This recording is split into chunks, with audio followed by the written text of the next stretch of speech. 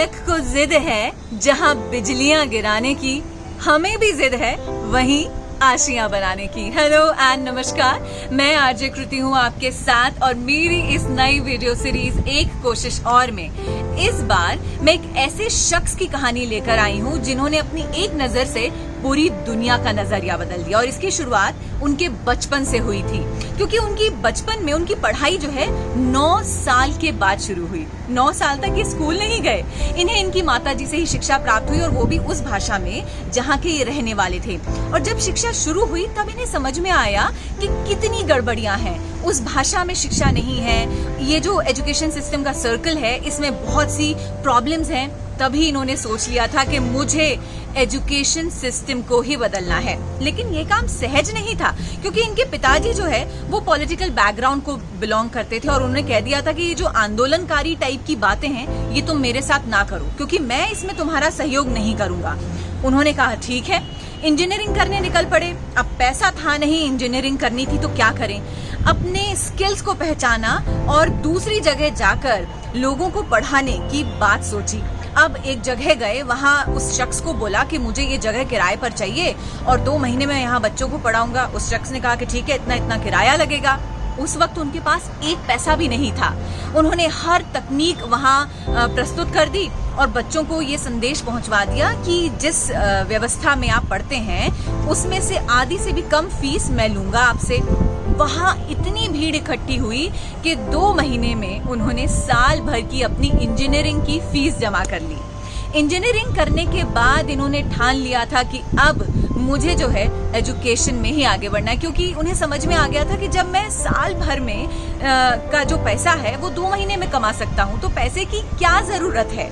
तो मुझे अब दुनिया बदलनी है। जब हमें संतोष आ जाता है ना कि यार ये पैसा शायद इतने मायने नहीं रखता, तभी हम ना दुनिया बदल सकते हैं। और यही उनके अंदर आ चुका था। अब उन्होंने अलग अलग स्कूल की स्थापना की और कुछ ऐसे अनोखे स्कूल बनाए जो मिट्टी से बने हुए थे। अब मिट्टी से बने हुए स्कूल को बनाने के लिए तकनीक की जरूरत थी और वो तकनीक सिर्फ एक ही जगह बताई जाती थी, पढ़ाई जाती थी। तब सोचा कि क्या करें। वो भाषा सीखी और दूसरे देश में जाकर वो तकनीक सीखी। और बड़ी हैरानी की बात है कि हमारे पूरे विश्व की आधी आबादी 50% ऑफ पॉपुलेशन जो है मिट्टी के घरों में रहती है, लेकिन इसकी तकनीक हार्डली 1 या 2 इंस्टीट्यूट में पढ़ाई जाती है। उन्होंने वो पढ़ाई की और वापस आकर उन्हीं बच्चों से वो स्कूल बनवाया। और अब ऐसा वैसा स्कूल नहीं है, उसमें सोलर एनर्जी है। लाइट पानी के लिए उन्हें तारों की जरूरत नहीं है, प्रकृति से ही सब लेते हैं। और वही बच्चे जो हैं वहाँ पर सब करते हैं, अपना खाना बनाने से लेके पढ़ने तक, पढ़ाने तक का काम करते हैं। और उस स्कूल की सबसे खास बात पता है क्या है?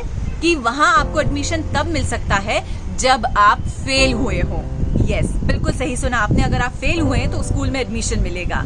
और वहाँ एक एक टीचर जो है एक एक बच्चे पर इतना ध्यान देता है कि जैसे आपके माता पिता या आपके काउंसलर आपसे बात करते हैं। और वहीं एजुकेशन सिस्टम को उन्होंने आगे बढ़ाते बढ़ाते कई ऐसी चीजें कर डाली हैं जो शायद आज अचंभित करती हैं हम सभी को कि ये हुआ कैसे। और उनका कहना यही है कि हम जो है अपनी जिंदगी में आगे बढ़ने के लिए ना कभी सोचे नहीं। वो पहाड़ी इलाके को बिलोंग करते हैं और वो यही कहते हैं कि मैंने उन पहाड़ों से एक चीज सीखी है कि आप जब पत्थर पर चलते हैं ना तो अपने आप को इतना मजबूत करते हैं कि गिर जाते हैं तो आपको एक अंदर से आवाज आती है कि गिर गया तो क्या हुआ, अब मुझे उठकर वापस इस पत्थर को बताना है कि मैं क्या चीज हूँ। और यही हमें हमारी जिंदगी में भी करना है। मैं बात कर रही हूँ सोनम वांगचुक की। यस, ये वही सोनम वांगचुक हैं जिनके नाम पर कई पेटेंट्स हैं, कई इनको अवार्ड मिले हैं, कई सारे नए प्रोजेक्ट्स, न्यू होप जैसे प्रोजेक्ट्स, ग्लेशियर से कुछ नया करने की प्रोजेक्ट, आर्टिफिशियल ग्लेशियर्स बनाने की प्रोजेक्ट, ये सब इन्होंने अपनी जिंदगी में किए हैं। कई सारे ऐसे इन्वेंटर्स हुए हैं जो शायद अपने आप को कहते हैं कि हमने ये चीज को इन्वेंट किया है, लेकिन जो मेरा मानना है कि ये प्रकृति में ही कई सारी ऐसी चीजें हैं जो हैं, हमें उन्हें खोजना है। पहले जब हमारे किसी हार्ट पेशेंट का इलाज होता था, डॉक्टर्स इलाज करते थे तो वो पैर की एक नस को लेकर उससे इलाज करते थे। फिर धीरे धीरे उन्हें मालूम हुआ कि इसे कहीं और से भी लिया जाता है। बस उन्हें वो चीज पता चली और असली आविष्कार को जानने के लिए उस खोज को जारी रखना जरूरी होता है। और सोनम वांगचुक की यही बात उन्हें सबसे अलग करती है। और 3 इडियट्स में जो हमारे आमिर खान साहब हैं, उनका रैंचो का जो किरदार था, इनसे इंस्पायर जरूर था, इनकी कहानी नहीं थी, लेकिन इनके जो काम है वो बहुत खूबसूरत है। और सबसे ज्यादा महत्वपूर्ण बात जो इनकी है वो यही है कि आप जिंदगी में गिरेंगे, लेकिन आपको गिरकर उठना जरूर है। बहुत सारे पड़ाव, बहुत सारे मुकाम ऐसे आते हैं जब आप गिर जाते हैं, आप रोते हैं कि ये क्यों हुआ मेरे साथ, मैं सब अच्छा कर रहा हूँ। इनके साथ भी ऐसा हुआ, इन्हें देशद्रोही तक का एक जो है ओहदा देने की बात कही गई, लेकिन वो चीज इन्होंने अपने ऊपर नहीं आने दी और उस चीज को अपनी स्ट्रेंथ जैसे लिया और आगे बढ़ते चले गए।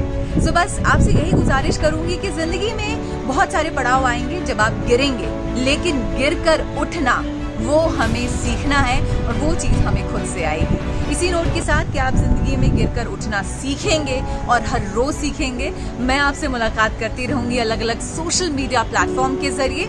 आप मेरे YouTube चैनल पर कुछ ऐसे और कहानियों को जानने के लिए मुझे फॉलो कर सकते हैं, जो कि @RJ Kriti के नाम से है। नमस्कार।